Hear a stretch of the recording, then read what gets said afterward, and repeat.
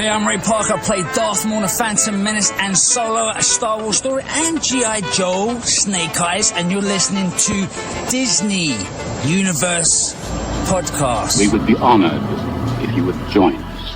To infinity and beyond! I'm Mary Poppins, y'all! You are without doubt the worst pirate I've ever heard of. But you have heard of me. I only hope that we never lose sight of one thing. That it was all started by a mouse.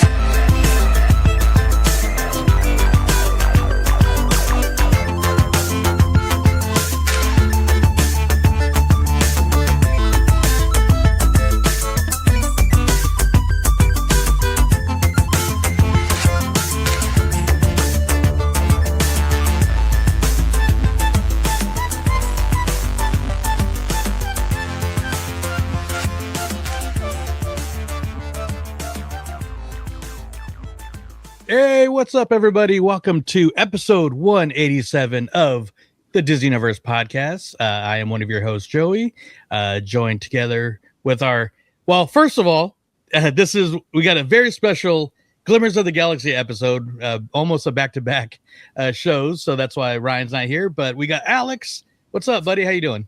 I'm super amped. I'm ready to talk Lorcana as always. Oh, yeah. Like I mentioned when we had JDZ on, we're going to get really heavy Lorcana over the next couple episodes, prepping up for our Glimmer Games happening here in Roseville. More on that shortly. But Alex, we also got two awesome special guests. Would you like to introduce them, sir? Yes. Starting our local friend. We've made friends through a couple of local events and league, known on Instagram as Tiny Magic Lore. Megan is here joining us. Hello, hey. Megan. And Hi, as everyone. well, we're doing great, man. We're so excited to have you on. I know we talked over at Locals about, getting together and just being super excited about the game and the community. And I'm glad you're here to come share that with us and let people know what's going to be happening at Glimmer Games. And one of the things and people who will be happening at Glimmer Games is an excellent Disney Lorcana artist, Disney artist.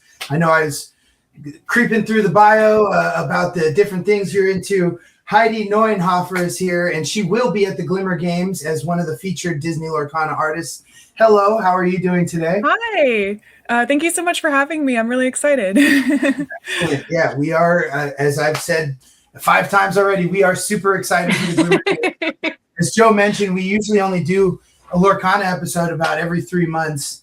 When the set came out, yeah. It's gotten closer to this. We're amped, so we had to throw a couple extra ones in there, and this will be about a week before the event. I still haven't decided what I'm playing. I had a couple things I was testing today. It was really good. But before we get into the Glimmer Games and Lorcana and everything that is occupying all of my free time right now, we got to get into what we always affectionately call mousekeeping.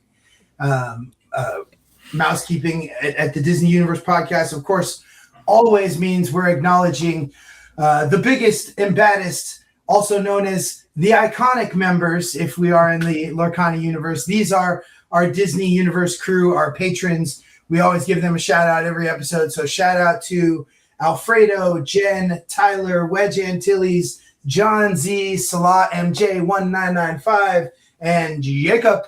You guys are great. We appreciate y'all so much for joining us over at patreon.com/DU crew. If you want to learn about how to become the iconic cards in our Disney universe, go head on over to patreon.com/DU crew for all the information on 2 cheap tiers where you can be real wealthy to us. Cheap to you, wealthy to us, warms our hearts and souls.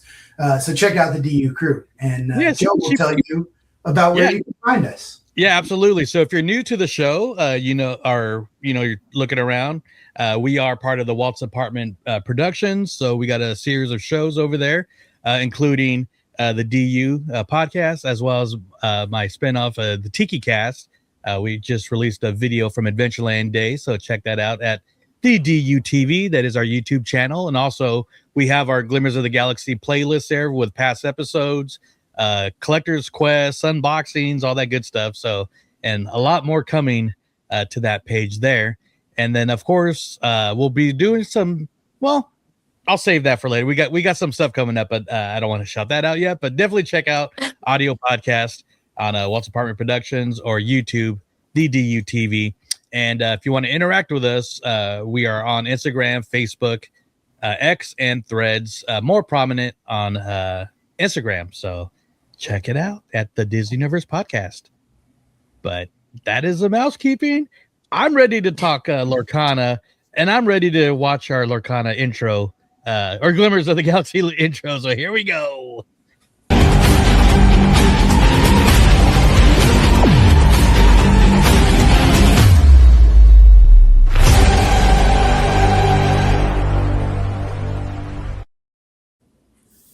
All right. Like Alex said, we are gearing up for the Glimmer Games happening March 21st and 22nd at the grounds here in Roseville, literally a stone throws away from where I'm at right now. I literally, I was telling Megan, Alex knows this, but I was opening up or starting a storage unit, wound up being across the street. They had the marquee sign. I got super excited, even more excited. So I don't want to talk. We got some awesome guests. I just want to hear what we got planned here for Glimmer Games.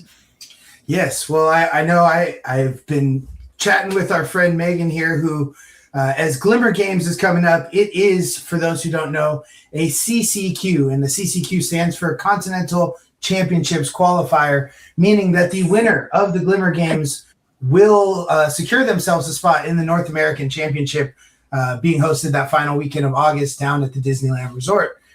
So it's an extra big deal. All the top competitors are going to come out. But I had seen through social media that Megan just went out to a CCQ in Baltimore. Just a couple of weeks ago, we saw, I believe Sailor won that with the dogs. It's a doggy dog world out there. But yeah.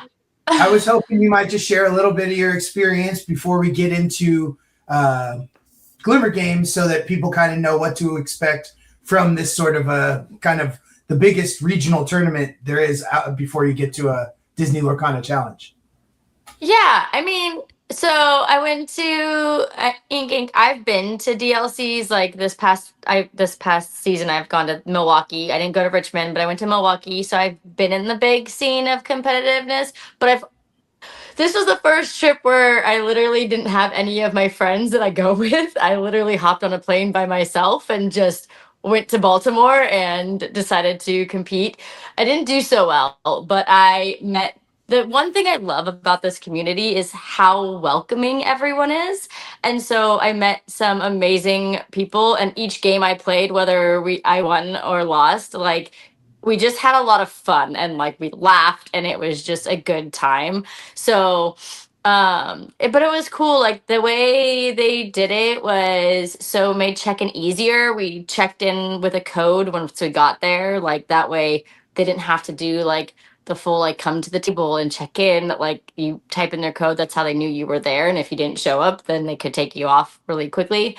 But then like we had a great set of hosts and great set of casters. Like JDZ was there, Colors Law was there, Lore Keepers In. So it was a good, fun time. And like they just did it so well. And then like they had raffles throughout the whole thing. So they had a kids tournament going on at the same time, so the kids could have their own like little championship, which was kind of cool. Nice. And that's I guess shop where it happens is actually in a mall, right? Yeah. So that threw me for a huge loop, and I was like, oh wow, it's in a mall. And then you realize that malls aren't that exciting anymore, and so like half the shops were closed down. But it was really cool because like you had our main area where we were playing in one old shop, and then you walk to the next side, like the next shop, and there was like where all the vendors were and snacks, and like where the casters, like we could see the screen and watch the games that was happening, that were being casted. So yeah, I was thinking for a 200 to 300 player tournament, that's got to be a pretty big shop in a mall. Yeah, like and we had almost 300 people. So yeah, it was huge. Probably about 95% of the people who were at the mall that day. Yes, we basically took over the mall. That's rad. That's cool. I've seen since real quick, malls closing down. I've seen like Sears have turned into like areas for small conventions too. Yeah, Like, it's crazy. got a I lot know of their room. Macy's is shutting down there, and I was like, oh, that's going to be a bigger spot that they could rent out. They could have a top and bottom floor. Yeah, I was about to say, if it has multi-stories. Right? Could just go would up the love escalator. that. Okay. See old Macy's and Sears and such become gaming tournament spaces.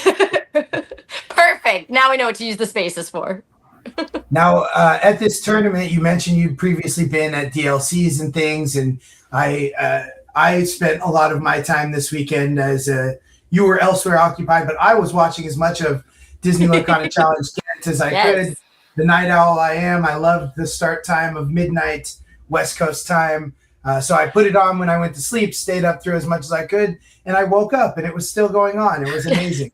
Love Shout out to everyone who participated in that.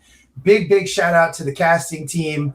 And, a shout out to all those who traveled super far over there. Yeah. Endured that time change through these marathon 10 to 12 hour long tournament days. That's pretty amazing. Yeah. And like I had for DLC again, I had 2 friends that were judging plus Rebecca, who's also local, like travel. So it was like watching their travels this whole time. I was like, this seems fun. Oh yeah. Yeah, no, we were hoping to get her on. I haven't, but hopefully if we can make things work, you'll hear something at the end of this episode. We can talk to her later this week about her time. She's very excited traveling today, but very also excited for the Glimmer Games. Yes. So being at Ink Inc., did they have a lot of other side things in addition to the tournament? Yeah, so what they did was they did on-demand events just because they knew so many people were doing the main event that they had to wait until people started dropping to start doing events. So on-demand started happening probably after like round 4 because that's when people kind of knew if they were going to continue going in the main event or start dropping. And then the following day, they did like a women's tournament and did more like in an infinity tournament and stuff like that, and a core constructed one when it got smaller. Can I ask, as I will be at the Glimmer Games participating in my first big tournament, why do people drop? Because like for me, I just want to play games. So if I'm promised 8 matches, I'm probably going to sit around through all 8, even if I don't. Totally. It kind of depends. Some people tend to drop because there's a lot of math that goes into competitive TCG. Like half the time I have to ask my friends to do math for me because as a teacher, I still don't understand the card math that goes into this. 16 people are 6 and 2. I'm sure they have to figure out. Yeah. So, but then there's like all these tiebreakers that you have to look at, and it's like a whole thing. And it's, but usually depending on how many rounds, like people can figure out how many losses they can take before they realize that they're not going to be able to be in the top 16 or whatever. So people tend to drop after that. But I mean, for me, I love to play the game. So even if I'm losing, I will continue to play because it's fun.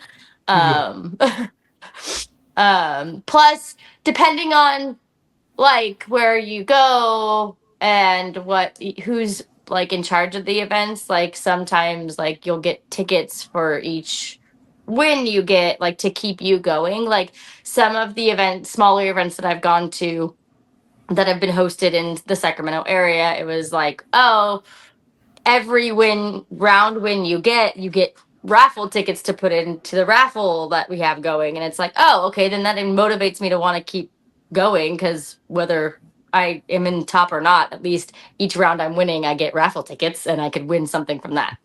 Right. And I would think if I continue participating all the way to the end, I have a good chance of one of my opponents bowing out, thus giving me the win, right? I mean, so there's auto raffle tickets. I'm looking at the bright side.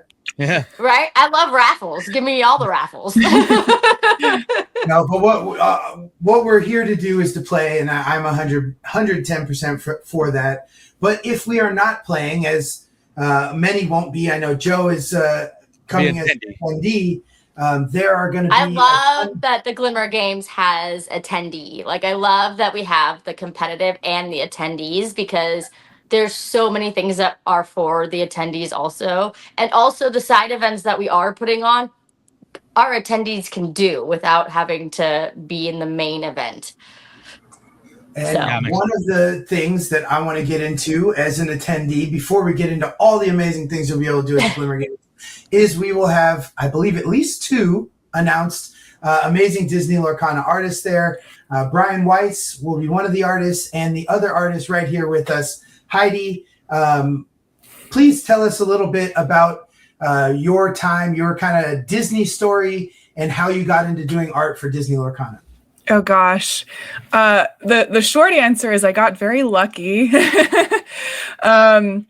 I think it was back when they were first like ramping up and trying to find artists to illustrate for the game. I'm trying to remember the timeline exactly. I don't remember if the first set was out or not yet. I know that the game had been announced at D23, and I remember seeing like some of the original promo cards for that, and I was like, oh, that looks like it's cool to work on. Oh well. And then I went back to so cool. I went back to just like storyboarding, and then I got reached out to on Instagram in my DMs from someone who worked for Disney Lorcana, and he was like, hey, would you like to come illustrate some cards for us? And so he happened to like find my page, and he was like, oh, this style looks like it would fit the kind of house style we're going for. And so I got my first 2 cards that I worked on were Baboom and then Lena Saberwing, and that was in set 3, I think. I love Baboom. Yeah, I'm really happy that one. I'm really happy that a lot of people liked that one, and it was like a pretty good. Seemed like it got some good play. Had you ever worked on other card games before? Or this was like a first. Mm-hmm. So they came at you and said your art looks like it would be amazing for this game, and to me it just, as an artist, there's so many different opportunities and things you can do with your art. Mm-hmm. It seems like it's a cool proposition, and I'm glad you jumped onto it. Yeah, because I really love trading card game art. Like I'm into Pokemon, and so I like to collect like a lot of Pokemon cards for the art. And I'd always like if I really liked one, I'd always be like, oh, who's the artist? Oh, that's so cool. Miko's my favorite. That one was my new one. Yay. I love Miko. I was so excited that they got a card. Yeah, that's a really good one. I love all the Pocahontas, Lilo and Stitch. They did a really good job with the franchises and kind of synergies between the cards this set and Winterspell. Mm-hmm. Mm-hmm. Yeah. So as far as the process of creating the art, what sort of, and I don't know how much of the curtain can be pulled back, but do you have any sort of input? Do they ask you about like your Disney likes? Or characters that you'd love to draw, or do they just say, "Here's the thing, let's see what you do"? It's kind of a mix of both. So they one of the nice things is that they do ask you like, "Oh, are there any like properties that, like if there's anything available that you'd like to work on? Any characters that are like on your dream list of like cards to work on?" So you can like submit like, "Oh, please give me more ducks, give me like this property, I'd like to some of the ones that I've told them, for example, are like Beauty and the Beast and Lilo and Stitch, and so they did give me cards from those, so I was really happy to because I was like, oh, please give me all the alien characters and the funny side characters. But yeah, so it's but it also comes down to availability, because they'll plan out like, oh, we're thinking about like having like focusing on like these properties for this set and these characters, and So it does come down to like what other artists have accepted cards already who are like who also wanted to work on like those properties and just whatever is in the queue that needs to be done. Sometimes also like I think with Treasure Planet was another one that I was like, oh, I'd love to do Treasure Planet. I was so happy when they came out with that. Yeah. But for example, like Gathering Knowledge and Wisdom, like I didn't specifically like I do like Merlin and Sword in the Stone, but I didn't specifically say like put that one like on my my like must do. But it was just like it was a card that it was available, and I was like, yeah, I'd love to work on that one. So it was a beautiful card. To kind of see the ideas of what they have for cards, and then come up with your own idea of what the image may look like is pretty cool. To have that as a jump starter. Yeah, so the way the process works, like once you get into like once they have like assigned you a card, like confirmed that you are available to work on it, like say with Gathering Knowledge and Wisdom, they're like, oh, are you available to work on this card? I say yes. Then we fill out the paperwork and all that boring stuff. Fun and then stuff. Yeah. Basically from there, they already know what ink type the card is going to be. They already know if it's going to be a character card, an action card, song card, etc. They also know like how rare the card is going to be, because that's important. If it gets above like a certain level, you have to take into account the frame, obviously, because whether it's like a full art card or whether the art is breaking the frame. So that's important also.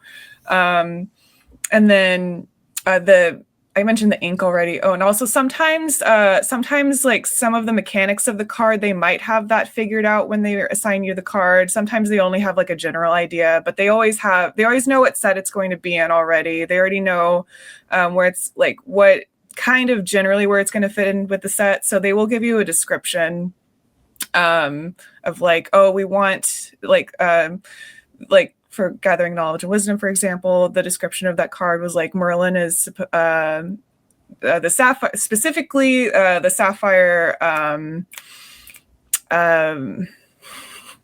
amethyst. Oh no, the alternate version of Merlin, the Gathering Knowledge and Wisdom. Well, it's then I'm having a brain moment. There's a lot of cards now, so the design of Merlin, the alternate design of Merlin. So they knew that, like, even though it was an amethyst card, they knew it was going to be that like the Floodborn. Dreamborn? I was trying to think of the word Dreamborn. Yeah. They're like they knew evolution, if you will, for the Pokemon people out there. Yeah. They knew it was going to be the Dreamborn version of it, and he'd already been designed, so I didn't have to worry about the design. I just had to reference the design that had already been done. But they wanted, the description of that card was that they wanted him to be discovering like a secret room inside the library. And so and it was like, and I had like pretty free reign from there. So I did, the first step is to do like a few thumbnails, and I think I did like a few different thumbnail compositions based on some of the designs that they provided to me, because they have in addition to card artists, they also have artists who they just do like concept designs, like costume designs and like environment like concepts and like inspirational art for like each set. And also just like general like Lorcana, like aesthetic places and things. So, so with this one, they were like, oh, you can try it like a few different compositions. I think I tried out one where he was actually like, he discovered it was like looking through a hole down like a spiral staircase. But anyways, we wound up going with like a hidden bookcase. Alt art. Give us the alt arts. I can't. I know, I'm not allowed. The idea of concept art for all these cards, you know, as big Disney nerds, we love seeing the concept art for movies and yeah, I'm the same. I'm the same, but yeah, like what she's like, I just have a folder for myself to just look at. Totally. But obviously, as fans, I know we're talking about it more with the epic rarities and getting more alt art for cards. So that would be a cool, hopefully, opportunity in the future. Potentially, a card like that gets an epic treatment, and maybe one of the other ideas that you had as an artist. Or when it gets reprinted, it can become an alt art because That's all the reprints are alt arts. I would say like the reason why so whenever you do like thumbnails, because like this was literally just like a tiny thumbnail like for like a composition idea, right? And so sometimes the thumbnails like the difference might just be like, oh, maybe we'll try posing the character like slightly differently, or maybe like a slightly different expression. And that stage it's not necessarily like, oh, sometimes it can be like, oh, here's like a bunch of different ideas that they could all be cool, but sometimes it's like, oh, this card it seems like it needs to go in this direction. It's just kind of finding like the right fit for that direction.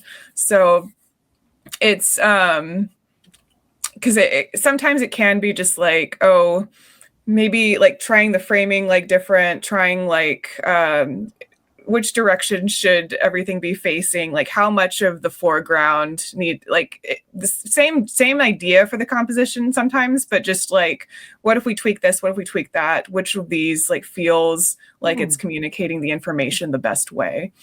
That can be, that's the thumbnail stage. That's I would say more generally, for me at least, what a lot of my thumbnails wind up being.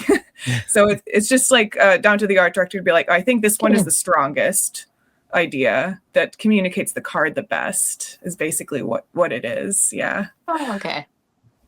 Mm-hmm. I guess, and when they prepare like future sets too, like how far in advance are you working on a certain set, like compared to like what, say like when Winter Spell just got released, how far? And I'm not asking for I can do it retroactively. I worked on Miko last year. Yeah. Perfect. About a year out. Yeah. Nice. So yeah. So Heidi was just sitting there this whole time knowing Pocahontas was coming before we all knew. She's just like sitting there. And that's what yeah, we sign an NDA, and yeah. that's how most things are though. Like that's how it works with animation too. Like like a year or two. Like you've worked on something and it just takes like it takes the process down the line from you like a year or two for it to completely get all the way there. It's pretty normal. Thank you for that beautiful segue, because you did mention animation, and I noticed that you worked for Disney Television and other television animation. What sorts of shows have you worked on, and how is that? I mean, obviously a lot different from animating or illustrating a card, but what is that like? What part of that process do you do? Yeah, my day job is I'm a storyboard artist.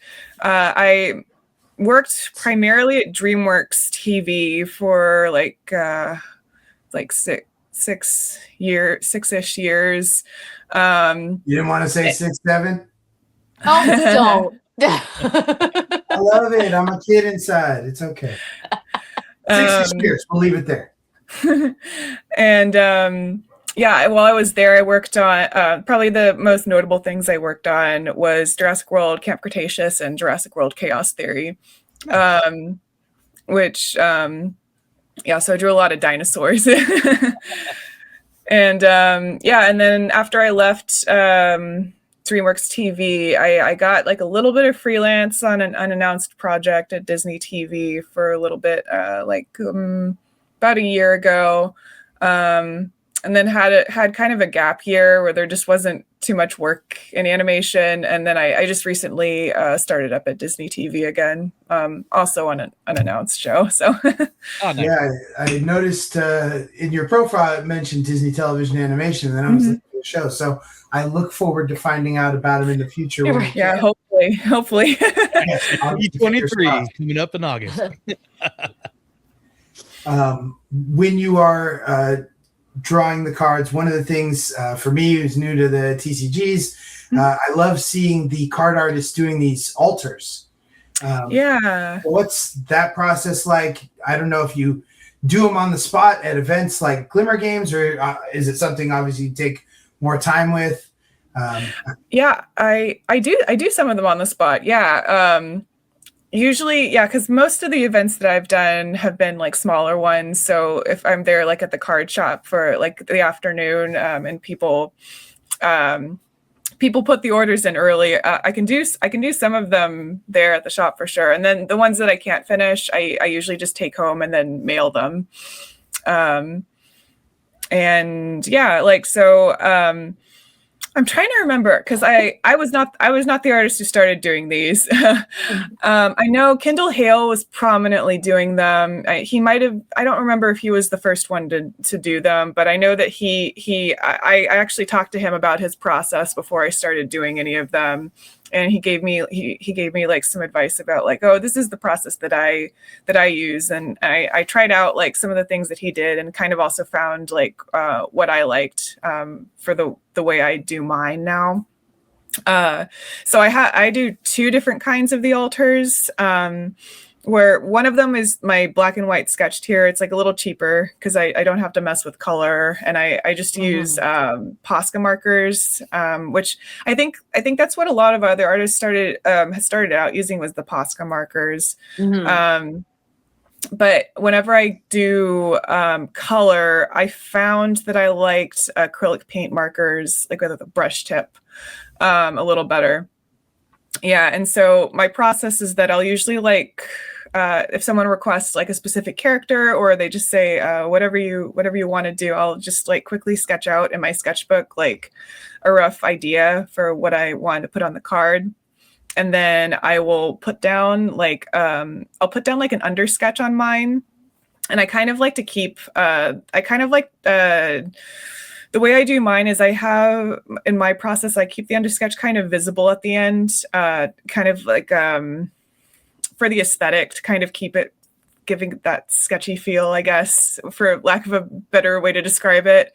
And I'll do the undersketch with kind of like a gold Sharpie or something.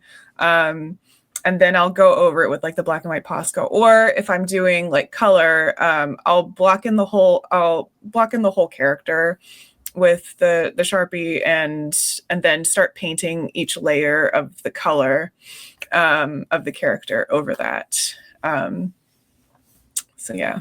That's cool. And myself being somebody that enjoys a lot of conventions, from big D23 Star Wars celebrations to little Sacramento Comic-Cons and stuff. I've noticed over the last, year and a half, we're starting to see a little bit more Lorcana artists being, trickling into these just regular conventions. We have an insider one, a local one up here, and I've messaged this guy. I'm like, get some Lorcana. It's bigger than pin trading. Trust me. Hopefully we could get some of you guys at some of these local conventions, and not just Disney conventions, but just where people enjoy just awesome art. Because like one thing that I've loved about this since day one at D23 when they unveiled Lorcana, it's like Ravensburger knew the way to the heart of Disney fans. You give them classic Disney characters and modern Disney characters, but then you give them just these like little Disney fine art on a little card, and highlighting. We're gonna want all of them. Yeah, and you got people that play the game, or you got people like, well, I suck at these games, but I just love the art. So yeah, there's not a place that Disney fans aren't welcomed into Lorcana and a lot of these TCGs. So. Yeah, you mentioned, being at the other conventions outside of Disney or Lorcana, and I think that's what's really cool is with the huge array of different artists doing art for Disney Lorcana, everybody's got a different story, a different place they're coming from, different day job, and contributes their art in other places. So it's really cool to see where the crossover is of what other things Disney Lorcana artists are into. Do you play Lorcana at all? I've played it casually. Like, and I've showed up to some events like just for fun. I'm not terribly good yet, but yeah, whenever I have more free time, I'd love to try to more seriously do some deck building someday, because I do play Pokemon a little bit online, and that's always fun. But I think with playing online, it's a lot easier to do deck building. If they ever made like if they ever made an online version of Lorcana, I'd probably be so addicted to playing it all the time. The whole community. The fact that we are all praying for that is crazy. Yes. Yeah. Shout out to those places that shall not be named on the internet that helped me pick up the decks that I've been working on, because you're right. It makes it a lot of a difference when you can have access to all the cards to see what they do, and not necessarily. I mean, in the long run, maybe figure out specifically which cards you want to pick up, but just learn the mechanics of different things. And it's so much easier to like play test decks and stuff when you can just like really quickly like switch things out with like the touch of a button, but as opposed to like having to re-sleeve everything. Deck building, like, but to do it by hand, it's just like, oh, like I have to unsleeve all of these and re-sleeve these ones, and then I have to make sure I have this right amount of cards, and I'm not just throwing things in there just for fun. We'll definitely try and pull up and get a casual game in if we should have any downtime at the Glimmer Games. I was just about to say that'd be a cool flex for Heidi, just to build a deck of just her cards. And I did the Heidi deck, just. I did build a deck that around some of my cards. I needed to balance it more. It lost because I didn't have anyone to play test it against. But it was fun. It was fun to be like, oh yeah, I illustrated that. Next time they're calling you in to do a card, I could really use like a 5-cost body card with like 4 sticks. That would be awesome. Yeah. Do you have a particular ink color you lean towards in the game, whether it be illustrating or playing? I feel like I get a lot of amethyst cards, and I do like the shape language in amethyst cards. I like those a lot. Emerald can be fun too. And sometimes, and then steel also. I like just making everything like square. Yeah, there's a lot of fun. And you mentioned the shape language. I know that's something early on. Shout out to Rebecca Quest. She does amazing content for the community, especially those of us like Joe and I who were hitting TCG at the ground floor with Disney Lorcana. So kind of explaining every little thing along the way. And I know she did a little thing talking about the shape language of each ink color, but can you tell a little bit more about that for those who haven't watched any of those videos yet? Yeah. It's one of my favorite things to point out to people, because I feel like a lot of casual players, it's something that they don't like always consciously recognize. It's something that I think like you'll see it, but like you're not like, it's not so like in your face that you might not always like realize it. But all the ink colors in Disney Lorcana, all the cards, each ink color, they have their own shape language that as an artist, you try to work in that shape language into each card. So for example, steel cards, they have a very square, like strong shape language, because it has to do with the type of the card. So I like talking about Pokemon earlier, like certain Pokemon, like certain type, like water cards and electric cards, they have their own elements that make them distinct from each other. And the ink in Lorcana and the way the cards are played and like the mechanics of the cards, obviously when you play a lot, I'm sure you've noticed that like there's different characteristics to steel cards than amethyst cards, and that also goes into like the way the art is designed. So for example, like we're looking at Gantu right here. Gantu himself, a lot of characters also might tend to like Gantu gets assigned to like a lot of steel type cards because he is like a big, like strong guy, and that really fits in with like the idea of the steel type, the steel ink. And so there's a lot of square shapes, the shield shape. If you see like the ink symbol. The ink symbol. So it's the ink symbol, and it's also like just like the base shape. And you can do any combination of the two, like whatever like you can find like to work out. So I worked in like the ink symbol in the far background over the door, and also kind of like in the shape like around surrounding it. And I like that. Yeah, and then the way I rendered like the rocks and everything, I tried to like do like more square shapes, even just within the lighting on the rock that's like rising up behind him. And then obviously like the square pillars and everything. And then versus like an amethyst card. So the amethyst shape language is Lena's a good one. Well, this is good too. Yeah. Lena Saberwhite? Yeah, because there's like a couple things in Lena I like to point out.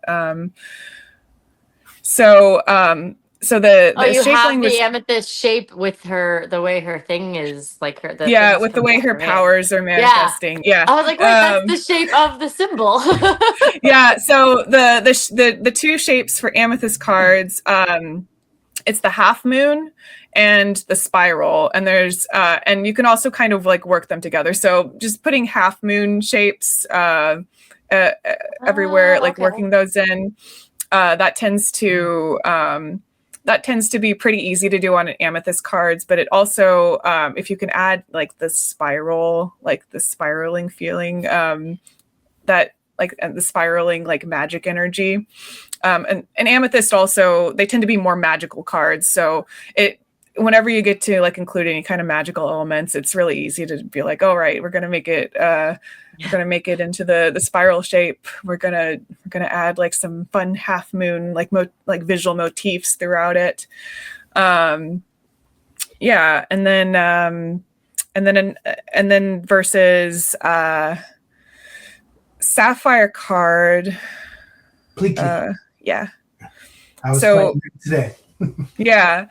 So sapphire also deals with magic, but it's like a different kind. It's more intellectual magic, and it's more ordered. So like one of the things about this card is that Pleakley is like dead in the center, and then there's for sapphire cards, what is it called? They have a specific term for it. I think it's like I can't remember off the top. It's the sacred geometry. They call it sacred geometry, I think. So it's actually there can be triangles in sapphire cards, but also like a lot of circles, a lot of circles that like also like intersect each other. I'm noticing the ink symbol kind of looks like, I don't know if it's like a molecule or an atom. Yeah, and it has to. It's more like formulaic kind of magic.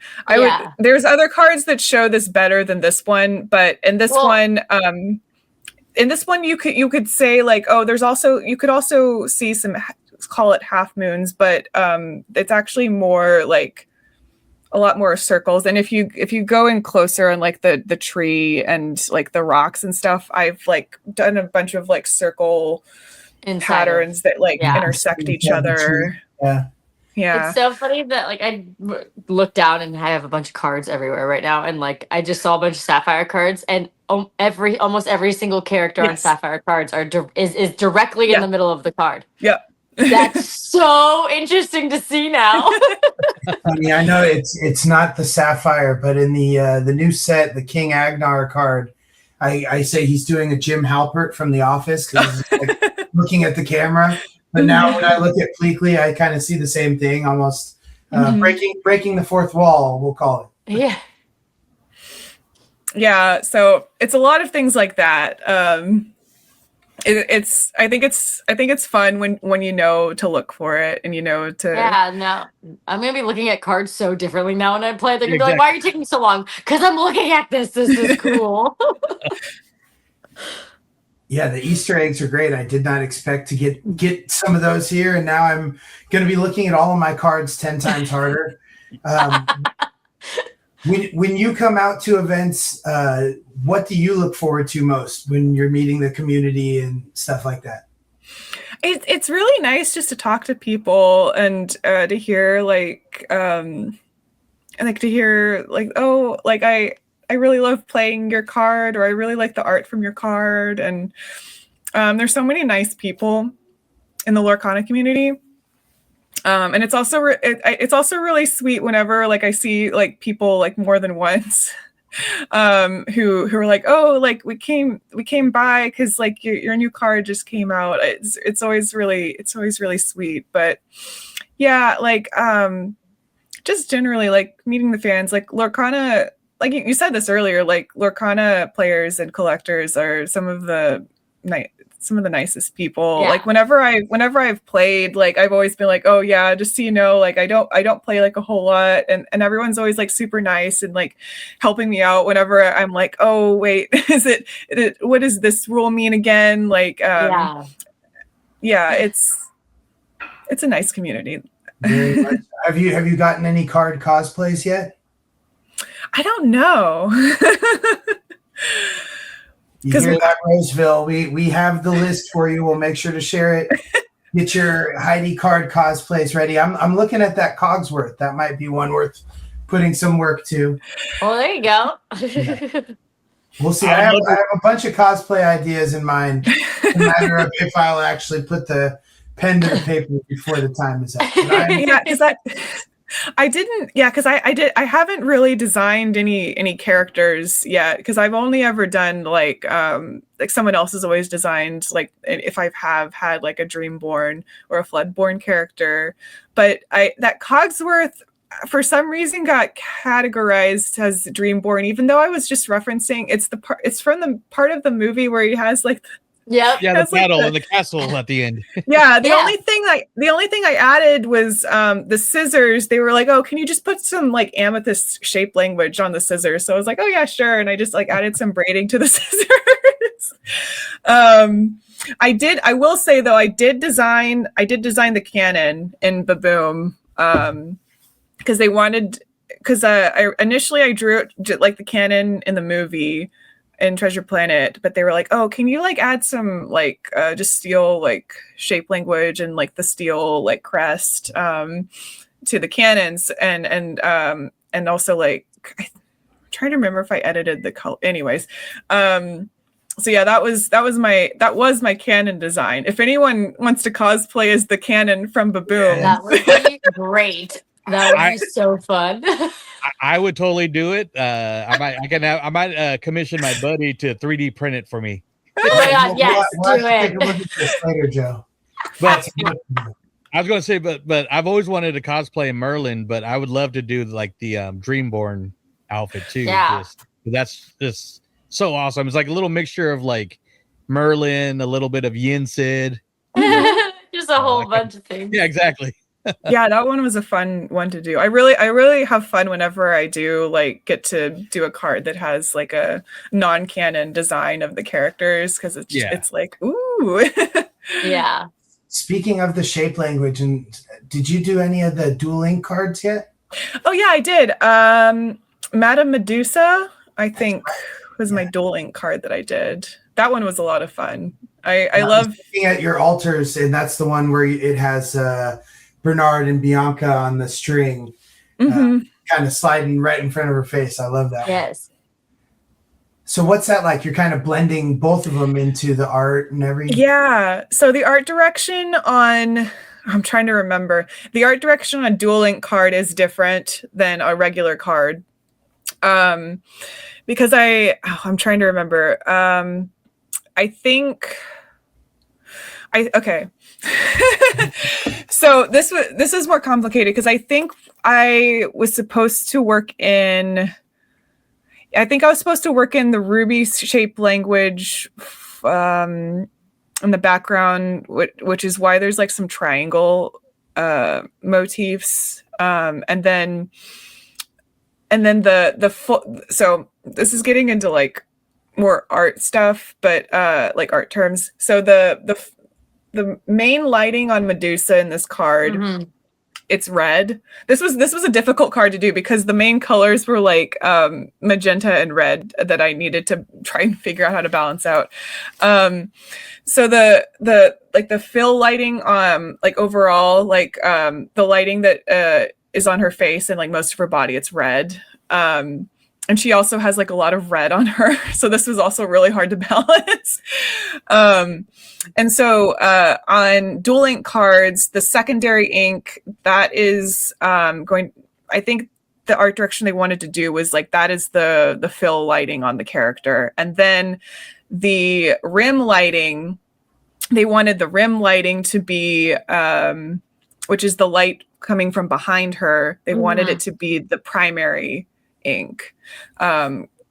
So no, this is super cool. I would have never thought of these insights. And as you pointed out, you can tell the light coming up from her, you know, it's very red filtered. And then in the back, you mentioned the magenta, which you're kind of getting from the door, but that gives it a more amethyst light from the back, and like the shadows on Snopes there. And and they both have super green eyes and entranced by the devil's eye diamond there. Yeah, that's cool. I love one of the things I notice when I'm looking at the cards. Sorry, I'm like looking up in the camera, pointing here. But I know I was doing that earlier. On the strip where it lists the card name and the description, it has that background ink and the shapes in that ink. I kind of use that as my guide to the shape language within the ink color and the art of the card.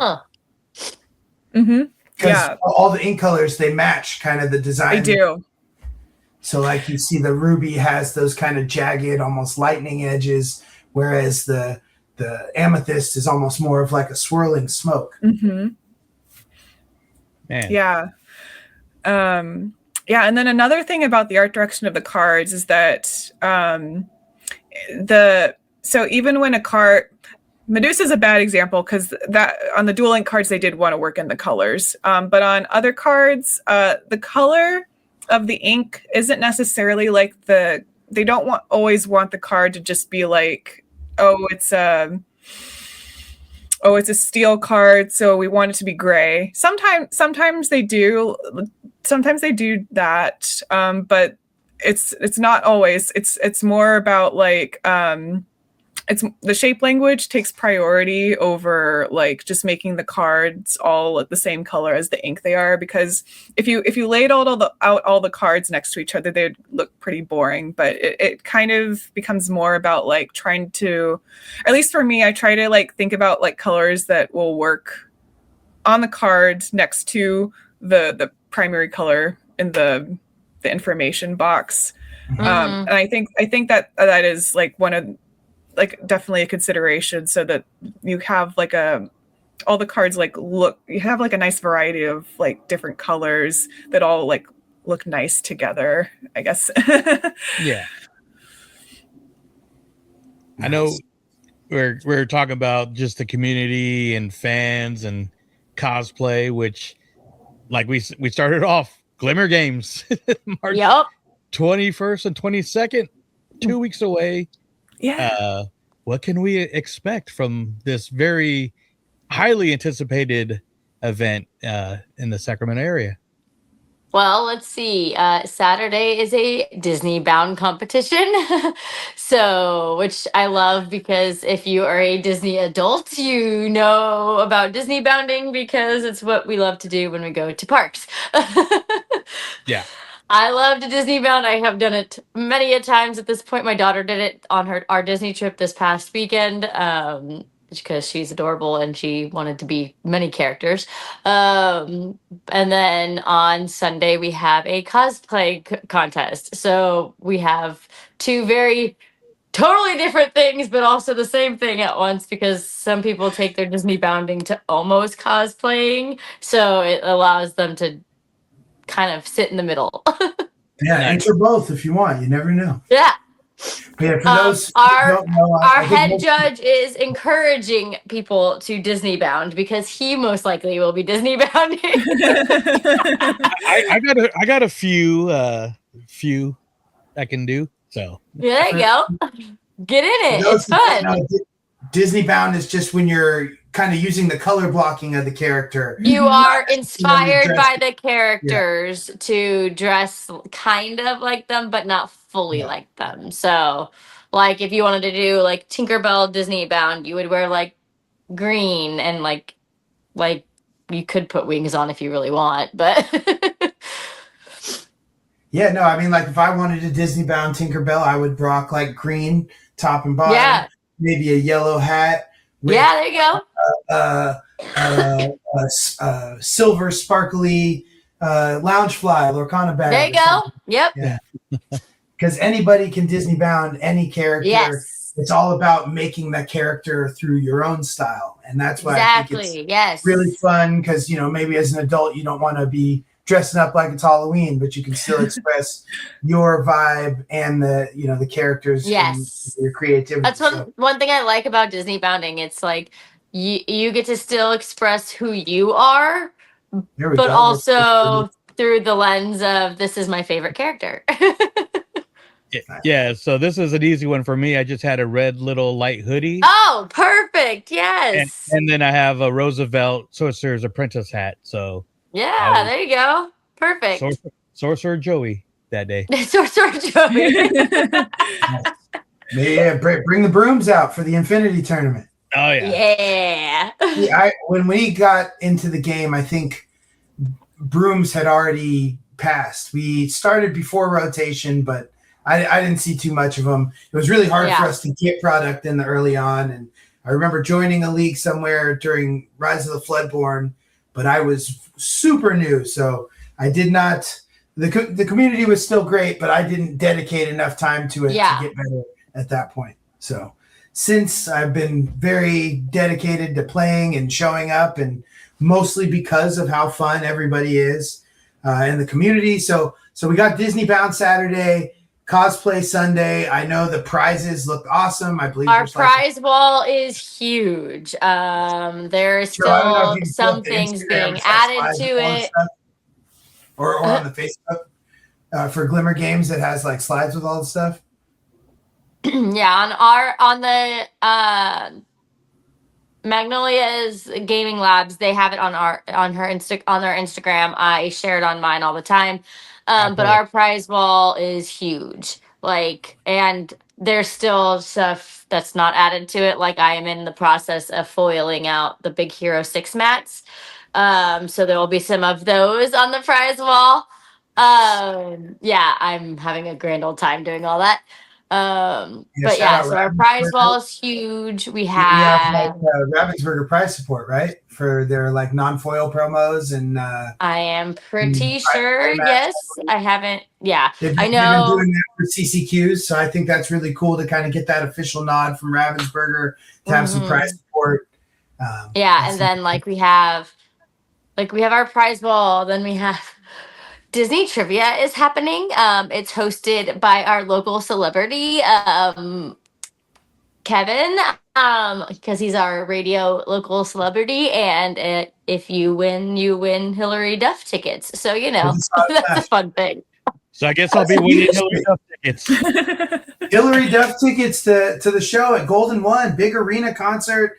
Look at all that prize wall stuff. It's crazy good. I mean, there's Pokemon. There's probably so much stuff. That was that is one thing.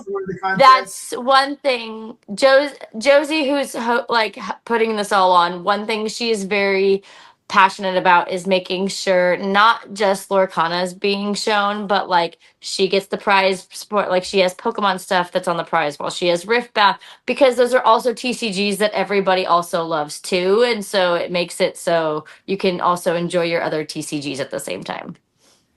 And I know, so we got Disney Bound, cosplay, we got trivia. There's going to be some speed puzzling going on, I believe. Yes, speed puzzling is a whole thing. Our head judge loves loves to do puzzles, ironically. And so I think we're actually using the like Lorcana puzzles to do the speed puzzling, which will be so fun. Well, one of our local players, she's been working on the Emerald puzzle for the last. Yeah, shout out to Amber from our locals at Game Castle. Love She it. will be there at Glimmer Games with us, and I know she's been very excited. So every week when we see each other, she told me last week, she says, every time I see you come in, I remember we're both going to Glimmer Games, and I'm so excited. I love that. That's so fun. Yeah. That's awesome. So yeah, I gotta be getting there to get my deck worked out. Yeah, and then there's also there's a juniors championship at Glimmer Games, and they're like the winner of it gets their own little like champion mat that we have for them. That's so a 16 and under. Yeah, 16 and under tournament. I'm trying which to, is great because sometimes I feel like kids sometimes are intimidated by adults playing this game.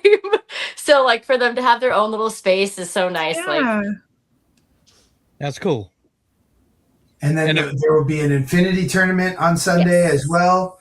And then on-demand side events. I know I'm a huge fan of Sealed. So I'm looking forward to maybe doing some of that.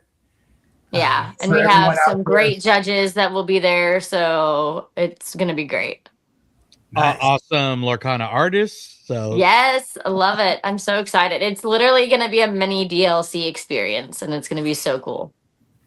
So, like, Heidi, what kind of like, how would your setup be? Are you just kind of like roaming, or do you have like a table and what? Generally, I usually do like a table.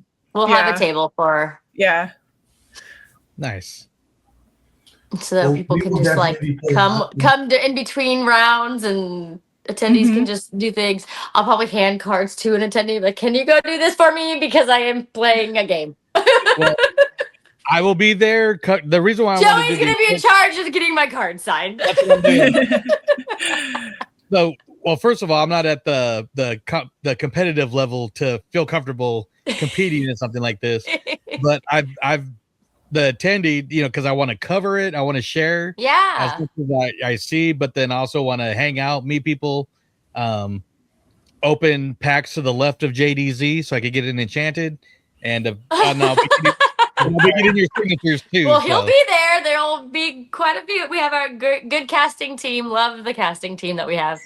On our last Glimmers episode, if you didn't catch it, please go back and listen. We had a blast with JDZ, but he mentions, because we were talking about sealed and draft, he said it's always whoever's sitting to his left at the draft gets the enchanteds and iconics. Good to know. That's good to know. So I said, okay. When we see you at Glimmer Games, I'm going to stand to your left when I open my packs. So good to know. Me too. I'm going to stand on the left of him. We're going to open some heat. I was telling now, we'll make a funny reel of like a bunch of people just fighting to open to the left of him. To the left of him. No, I'm jealous that you're going to be buzzing around. I'm very much looking forward to the video of what kind of content we can get out and show the people, who didn't get out to Glimmer Games, what an awesome time it was, and a little get the interest to go the next time or travel to the next one that you have the opportunity. I know I'm already thinking about the Enchanted Citrus Clash down in San Diego. I will be there. So that will be an Infinity CCQ. Yes, it's to help prepare for our indie DLC, which is an Infinity DLC. For those of you around here, I am a big fan of beer, which they have great beer in San Diego. But we also have great beer here in Sacramento area. And we've been kind of mentioning this slightly. I know this is not, because of the rules of the game, an official event of the Glimmer Games or Disney Lorcana. But Joe and I will be hosting Saturday night, March 21st at the One Spot in Rockland. We are going to have a little rip and sip action. Yes! One Spot is, unfortunately for those Lumineers under 21, it is a 21 and up place and event, but it is an excellent craft beer tap room. Also has wine, ciders, and non-alcoholic beverages, hop waters, whatever. But he's agreed to let us come in because he has just been licensed as a TCG sales place. So he has that's awesome. And he's going to do a rip and sip in that anybody who comes from the Glimmer Games with their attendee or competitor or did you see we have badges for that, by the way? We have badges for competitors and attendees. Yeah. So anybody who comes by that night with the Glimmer Games badge will get a free pack of Disney Lorcana to rip with each beer or beverage that they purchase there. Oh my gosh, how fun. Special for that evening. And we're cooking some other stuff up. We're not sure if we want to try and throw some Disney karaoke in the background because I know. Oh, yes, please. That's the best kind of karaoke is Disney karaoke. I will be all about it. And then maybe some of our other friends from the local Disney community might be showing up. So please stay tuned to our Instagram here at the Disney Universe Podcast for more updates on that. And I'm going to be telling everybody about it when we're out there. So yeah, that'll probably be like 7 to 10 the Saturday evening. Love it. Whenever the event's ending to whenever we end the event. So plus we will also have not as big of prize wall as will be at Glimmer Games, but we will have some raffle prizes as well. And one spot is only 10 minutes from the ground, so a quick little drive and be a lot of fun. Nice. Perfect. Yes. Enjoy your alcohol responsibly. Please choose a designated driver. Ubers are quick, presumably if it's in that 10-minute vicinity, 10 minutes from your hotel or wherever you're going. So. Especially be careful because Sunday morning on the 22nd is also the day player and attendee tickets go on sale for the Disneyland North American Championship. Yes, exactly. You're right. So everybody has to have their alarm set for Sunday, March 22nd to get their tickets and hotel packages for the North American Championships down at Disneyland the weekend of August 28th to 30th, I believe. I know $50. Joe, you already said you're going to try and get in and get for you and Courtney. Oh, yeah. I think it'll be one of those, if I get a ticket, I'm going to go. And if I don't, we'll worry about it otherwise. But, I mean, the idea of being around the community at Disneyland, I know a bunch of people in the community, including Rebecca, hosted Quest at the Park. And they plan on doing it again. I'm looking forward to it. It's probably would be the reason I would get a magic key again, just to be able to go down. Just to do that. Well, I mean, it's always these things happen. It's like, okay, well, if I'm going to be at Disneyland, I want to be able to go in too. So at least if you have a magic key, that becomes. I know every time I have had one of the trips I've made would have been a time I was in Southern California and wouldn't have gone to Disneyland, but because I had the magic key, I was able to go. Not here shilling magic keys for the mouse. Just saying, the more you spend, the more you save, right? Exactly. I got one more question for Heidi real quick before I forget. And you might not know or not, but one thing that's, I don't say that's bugged me, but like every time there's a new release and they do something on Disney property, Disney Springs always gets the artist signatures. Why does Disneyland not get them? Yeah, Wonderground or something. I don't know. They've never asked me, so I don't have the inside scoop on that one. I was just curious. Like, luckily, my niece, she's a cast member, and so she got me the 8x10 of the iconic Ariel that artist was signing, and then she got me the last artist had a that did like the Gargoyle, Eliza Maza, and Angela. Oh, nice. And so she was at Disney Springs. I'm like, they need you guys to come to Disneyland so we can get awesome art signed. But okay, that would be nice. I mean, we'll make it happen ourselves next time. Right? We're gonna start doing it. Things. But yeah. We'll post up by the corn dog stand right by the pin trader. Exactly. Perfect. Get your corn dog and a card signed. Exactly. I did bring a deck, dice, and a lore counter when I went for the Winter Spell release, just hoping I'd run into folks. Unfortunately, with the drive from Sacramento at 4 a.m., we were there about 2.5 hours after they ran out of the playmats. So oh, no. Those playmats went fast. Well, so now I know what I need to do. I'm already contemplating May 8th, release of Wilds Unknown. Oh, because of that playmat, it looks so cool. Getting that room at the Disneyland Hotel, so we have the early entry to downtown Disney. There you go. Put it all to the, But yeah, those foil playmats are gorgeous. We love the art of Disney Lorcana. I hope we see one of your art become a playmat at some point. That would be awesome. Cool. Is there any questions you have for us or anything else you want to get out before we get the clock continuing to all seeing each other in person at Glimmer Games? No, I don't really have anything else. I'm excited for it. Being here is like, oh yeah, this all sounds really cool. You're like, yes. Yes, well, we're super pumped. Please reach out if you need any recommendations in the Sacramento area while you're up here. Will you please leave us with any sort of handles or websites people should get to learn more about your art and what you're into? Yeah, you can follow me pretty much anywhere at Neunhoffer Art. So that's NEUNHOFFERART. That's my name. You can, if you have one of my cards, you can just type it use in that for spelling reference. There's no one else with my name, so you'll find me.